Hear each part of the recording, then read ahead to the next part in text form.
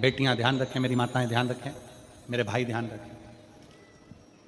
जिस दिन तुम्हारा मन करे, जिस दिन तुम्हारा दिल करे, उस दिन घर में पार्थिव शिवलिंग का निर्माण कर लिया। जिस दिन तुम्हारा दिल कर जाए कि आज मेरा मन है मैं पार्थिव शिवलिंग बनाऊं, गमले में से मट्टी लो, खेत में से मट्टी लो, जहां से मट्टी ले सकते हो।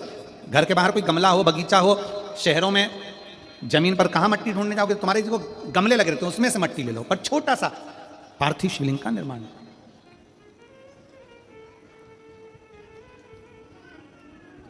समझ लेना जरा, तुमने पार्थिव शिवलिंग बनाया, जलाधारी बनाई,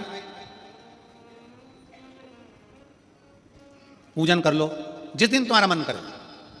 कोई तिथि, कोई बार, कोई दिन, कोई समय, कोई घड़ी, कोई पल, कुछ मत देखो। तुमने पार्थिव शिवलिंग का निर्माण किया।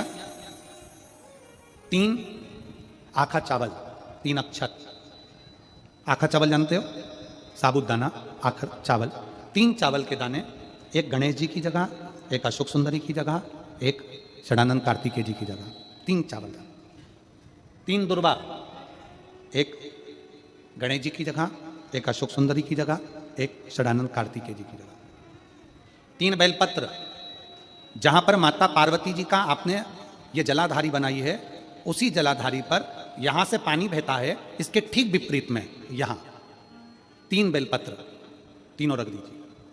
और छोटा सा कलश हो या बड़ा सा कलश हो, 3 लोटा जल यहां बैठकर, जहां पर आपने बेलपत्री रखी है उसी के वहीं पर बैठकर इस शिवलिंग पर 3 लोटा जल धीरे धीरे अपने मन की कामना कर कर, बाबा आज मैं दुखी हूँ, बाबा मुझे ये तकलीफ है, बाबा मेरे बच्चे ये काम में गए हैं, बाबा ऐसा है। 3 लोटा जल बाबा को धीरे धीरे अपने भाव कहकर, फिर तुम्हारे पास में जो पूजन का सामान हो वो चढ़ाकर बाबा की आरती कर कर दिया लगा दो। जब दिया ठंडा हो जाए उस शिवलिंग का विसर्जन कर दो।